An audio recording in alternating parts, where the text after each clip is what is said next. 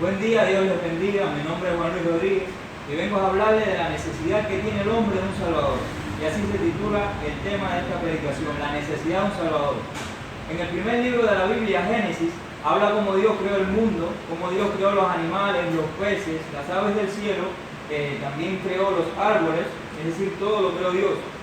Dice en el segundo capítulo de Génesis, verso 19: Jehová Dios formó pues de la tierra toda bestia del campo y toda ave de los cielos, y las trajo a Adán para que viese cómo las había de llamar, y todo lo que Adán llamó a los animales vivientes, ese es su nombre. Dios le dio la oportunidad al hombre de ponerle nombre a los animales. Y pensemos en esto no fue un proceso sin diálogo. Mientras Adán estaba poniendo nombre a los animales, seguramente Dios le estaba preguntando: hijo mío, ¿cómo se llamará este animal? Y él le decía: bueno, padre, gallina, perro, pato, y así sucesivamente. Estaban dialogando en una relación de amistad, pero vemos el contraste tan grande que tiene Adán cuando cae en pecado, y eso lo vemos en Génesis 3:8, dice: y oyeron la voz de Jehová Dios, que se pasaba en el huerto al aire del día, y el hombre y su mujer se escondieron de la presencia de Dios entre los árboles del huerto. Adán pasó de estar en confianza con Dios a sentirse con miedo, a sentirse indigno. El pecado nos aleja de Dios, el pecado nos mata espiritualmente, el pecado es malo y definitivamente no liga con Dios. Y este es el primer punto del que les voy a estar hablando. Dios y el pecado no ligan. Dios y el pecado es como el aceite y el agua, no pueden estar juntos. Les voy a dar una breve definición de lo que es el pecado. El pecado es un acto de desobediencia a Dios consciente o inconscientemente. Es hacer todo aquello que le desagrada a Dios, es tratar de justificar nuestras malas conductas, es culpar a Dios por nuestros pecados tratando de hacerlo responsable a Él. La Biblia enseña que todo aquel que es nacido de Dios no practica el pecado, porque Dios y el pecado no ligan. El que es hijo de Dios no practica el pecado. En primera de Juan 3:8 dice que el que practica el pecado es del diablo, porque el diablo peca desde el principio, y para esto apareció el Hijo de Dios, para deshacer las obras del diablo. Queda claro que el pecado es del diablo, enemigo número uno de Dios. Y si nosotros estamos pecando, lo primero que debemos hacer es arrepentirnos para podernos acercar a Dios, para que no nos pase como a Adán, que salgamos avergonzados de la presencia de Dios. El segundo punto que les voy a estar hablando es nuestra condición sin Cristo, y este está en Romanos 5:10. Dice: porque si siendo enemigos, es decir, antes de Cristo, todos éramos enemigos de Dios. Porque si siendo enemigos fuimos reconciliados con Dios por la muerte de su Hijo, mucho más estando reconciliados seremos salvos por su vida. Sin Cristo, el Hijo de Dios, estamos perdidos. Y la Biblia enseña que sin la sangre reconciliadora de Jesús somos enemigos de Dios. Sin Cristo nos vamos para el infierno. Pero todo aquel que tiene a Jesús en su corazón y en su vida tiene vida eterna. Y cuando muera tiene la esperanza de ir al reino de los cielos y ver a Dios cara a cara. Con Cristo tenemos vida eterna y ninguna condenación hay para los que están en Cristo Jesús. Porque el Señor Jesús vino a salvar. Este es el tercer punto y último punto que les voy a estar hablando, que Jesús vino a salvar. A causa de la caída del hombre se necesitaba alguien lo suficientemente santo, poderoso y digno de la presencia de Dios, que pudiera reconciliar al hombre con Dios. Jesús fue la persona que vino y nos quitó ese pecado para que pudiéramos estar nuevamente en la presencia de Dios.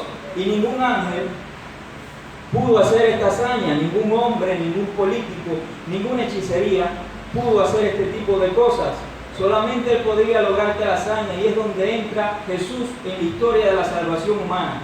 Fue tan importante su nacimiento que antes de nacer Jesús, muchísimos años antes, siglos antes incluso, fue anunciado su nacimiento por profetas y santos. Desde el primer libro de Génesis se está hablando del nacimiento de Jesús.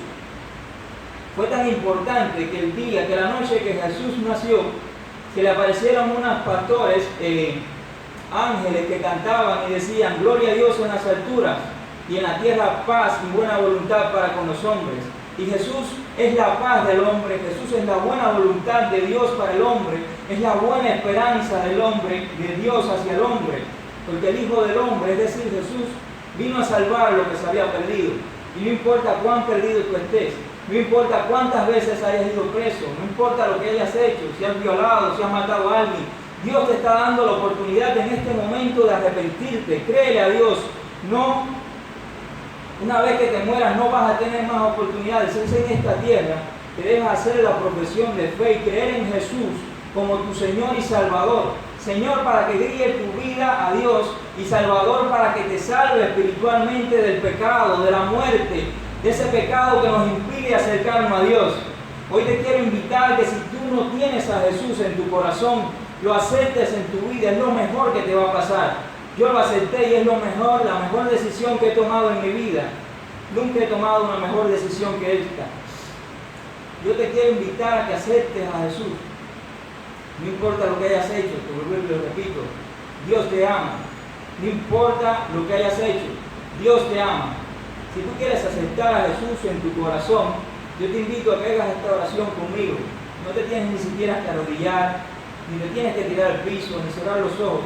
Simplemente creer en tu corazón que Jesús es el Señor y confesar con tu boca que Dios lo levantó de los muertos para tu salvación. Jesús murió por ti y por mí para hacernos salvos. Oremos. Padre Santo, gracias por la muerte de tu Hijo Jesús para mi salvación. Te doy gracias, Jesús, porque no merecía esto de parte tuya en mi vida.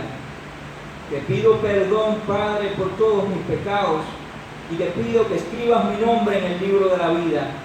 Nos arrepentimos y te pedimos que nos llenes de tu Espíritu Santo en el nombre de Jesús. Amén.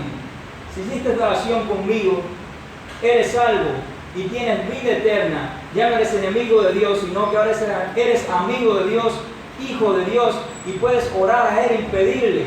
La Biblia enseña, Dios enseña que si todo aquel que clama a Él de todo corazón, Él le responderá.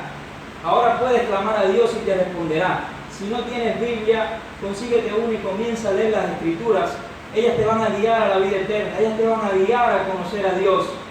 Muchas gracias, Dios los bendiga.